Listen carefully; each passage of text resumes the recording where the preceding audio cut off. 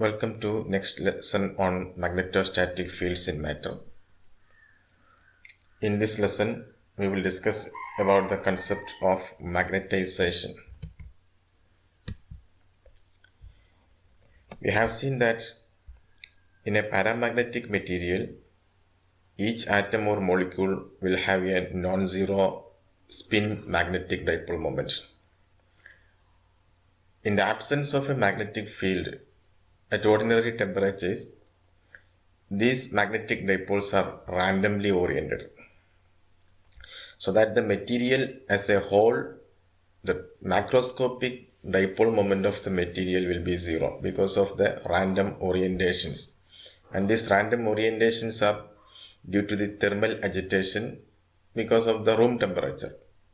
Each dipole will have some thermal energy. Because of that, they are aligned in random directions.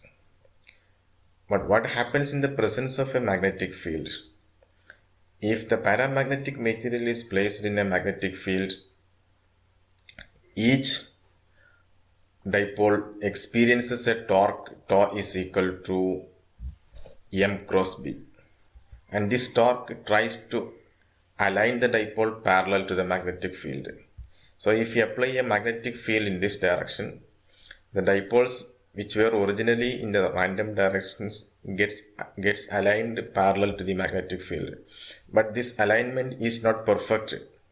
We can see that some of the dipoles are again aligned in some other direction, but more or less they will be almost parallel to the applied magnetic field. And this random nature in the alignment is due to the temperature, because if the temperature is not equal to 0 Kelvin, then the alignment of the dipoles are not perfect. But if we increase the strength of magnetic field, more number of dipoles are aligned almost parallel to the magnetic field. So in this case, as the strength of the magnetic field increases, the net dipole moment of the material also increases. So this is a linear material. We can say that in the case of a paramagnetic material, the material originally which has no macroscopic dipole moment, now it gets a total macroscopic dipole moment in the presence of a magnetic field, or we can say the material is magnetized. Now for a diamagnetic material, each individual atom or molecule has no permanent dipole moment, because diamagnetic material contains electrons in paired forms. Because of the pairing of electrons, their spin and orbital dipole moments cancel each other. So in the absence of magnetic field, they have no permanent dipole moment. But what happens in the presence of a magnetic field? If we apply a magnetic field in this direction, we see that the orbiting electron, each orbiting electron acquires a magnetic dipole moment, and this magnetic dipole moment will be opposite to the applied magnetic field. And so here we see that each atom or molecule acquires a net dipole moment opposite to the applied field. Thus here also the application of magnetic field produces a total macroscopic dipole moment, or the material is again magnetized but in the opposite direction of magnetic field. Now in this case, the temperature has no effect on magnetization, because here the magnetization is induced by the applied magnetic field.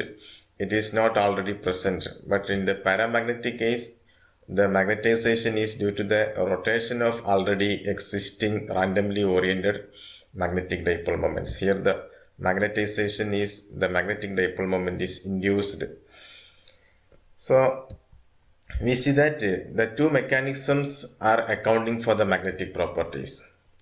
Paramagnetism is due to the spins associated with the unpaired electrons and they experiences a torque. Whereas diamagnetism is due to the change in orbital speed of the electrons when it is placed in an external magnetic field, and this change in orbital speed produces a dipole moment in a direction opposite to the magnetic field. And we have also seen that diamagnetism is a universal phenomenon because orbital motion is present in all atoms, whether it is paired or unpaired. But this diamagnetism is a very weak magnetism when compared with the paramagnetism or ferromagnetism. So this diamagnetism is exhibited only by those materials in which paramagnetism or ferromagnetism are absent. If paramagnetism or ferromagnetism is present, then diamagnetism is masked. It is masked because of the stronger para or ferromagnetic behavior of the material. So in the absence of magnetic field, both these materials, the net magnetic dipole moment is zero. But in the presence of a magnetic field, they become magnetized. Magnetized means, microscopically speaking, we can say that each atom or molecule has a tiny dipole. And these dipoles are aligned along some direction. It may be parallel to the applied field in the case of paramagnetic material, or it may be anti-parallel to the magnetic field in the case of diamagnetic material. So the net result is saying the material acquires a net macroscopic dipole moment. Macroscopic means the material gets a total dipole moment over a large volume. That is called a macroscopic dipole moment. This is produced either by rotating the individual spin or by inducing orbital magnetic dipole moments. That is called paramagnetism or diamagnetism. Now, so whatever may be the cause, the effect of magnetic field is to produce the magnetization inside the material, or the material gets a non-zero total macroscopic dipole moment. So the magnetization of the material is quantitatively expressed by a vector quantity called magnetization. And this vector is defined as the magnetic dipole moment per unit volume, or it is the total macroscopic magnetic dipole moment divided by the volume of that material. And magnetization is a vector quantity. The magnetization plays a role analogous to the polarization P in electrostatics. In electrostatics, you may have studied a vector called a polarization. It is defined as the electric dipole moment per unit volume when a material is placed in an external electric field. Similarly, here also, magnetization is the magnetic dipole moment per unit volume when the material is placed in an external magnetic field. This definition is valid for paramagnetic, diamagnetic and ferromagnetic materials also. In the next section, we will calculate the magnetic field produced by this magnetization itself. That is, this magnetized material will produce its own magnetic field. That will be calculated in the next section. Here we are discussing the magnetization produced by an external magnetic field. So it is quantitatively represented by the vector magnetic dipole moment per unit volume.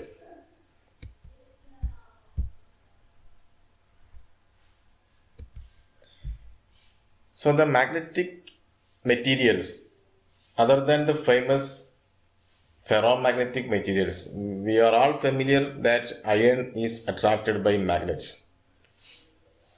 That we have daily experience from our childhood itself. But the iron, not only iron, there are some other materials also in that one. Generally, the ferromagnetic trios are iron, cobalt and nickel. These three materials are ferromagnetic in nature. It means that they are strongly attracted by a magnetic field. Along with that, in some textbooks, gadolinium is also added along with the ferromagnetic material. But gadolinium is, in Griffith, it is given as paramagnetic material which a much higher magnetic property. In any way, this iron, cobalt and nickel has a strong magnetic properties so that we can see even in any crude experimental setup, we can see the attraction between a magnet and these three materials. But our discussion showed that paramagnetic materials are also attracted by a magnetic field, whereas diamagnetic materials are repelled by a magnetic field. But in daily experience, we cannot see any attraction between an aluminum rod or a magnet, and between a copper and a magnet, there is no repulsion. Theoretically, there should be a repulsion between a copper and magnet. Why? The reason is, the simple answer is, paramagnetism and diamagnetism are extremely weak. So they cannot be identified by the normal experimental setup. Sensitive instruments and powerful electromagnets are required to detect the attraction and repulsion of paramagnetic and diamagnetic materials. Whereas ferromagnetic materials, in the case of ferromagnetic materials, this attraction or repulsion can be easily analyzed. Now the induced magnetization of paramagnetic material is parallel to the field and it is attracted by the field. But the magnetization of a diamagnetic object is opposite and it will be repelled by a magnet. So when these materials are placed in a non-uniform magnetic field, paramagnetic material will move from weaker to stronger fields, whereas diamagnetic materials will move from strong field to weak field. So by using a bar magnet, a very strong powerful electromagnet, we see that the diamagnetic materials are repelled by the magnet, whereas paramagnetic materials are attracted by the magnet. But all these repulsions and attractions are extremely weak. They are very difficult to detect. So the magnetic effects in para and diamagnetic materials are extremely weak. That is why we have calculated the field inside a copper wire or aluminum wire in the last chapter in many problems without worrying about the effects of magnetization. Actually, the field inside a copper or aluminum wire is not simple because it is the field due to the external magnetic field. Along with that, there will be field produced by the magnetization itself. But the magnetization of aluminum or copper wire are very weak, so they can be neglected to calculate the field inside the wire. So that in the last chapter, we have calculated the magnetic field inside a copper wire or aluminum wire in the case by using cylindrical symmetry using the normal Ampere's law. But if we are required to calculate the magnetic field inside say a ferromagnetic material, for example inside an iron wire, we cannot use the simple Ampere's circuitry theorem only by considering the external magnetic field, because in that case the magnetization of the material will be very strong. So we have to consider the magnetization also, and the material is ferromagnetic, and that magnetic field, that is the magnetic field produced by the magnetized material itself, it will be discussed in the next class. So in this class we have discussed what is the effect of magnetic field on a material. That effect is represented by a quantity magnetization. So after watching this video, you have to answer the many questions like what is meant by magnetization, what is its unit. Now there is another statement, paramagnetism occurs in atoms or molecules with an odd number of electrons. Is this statement always true?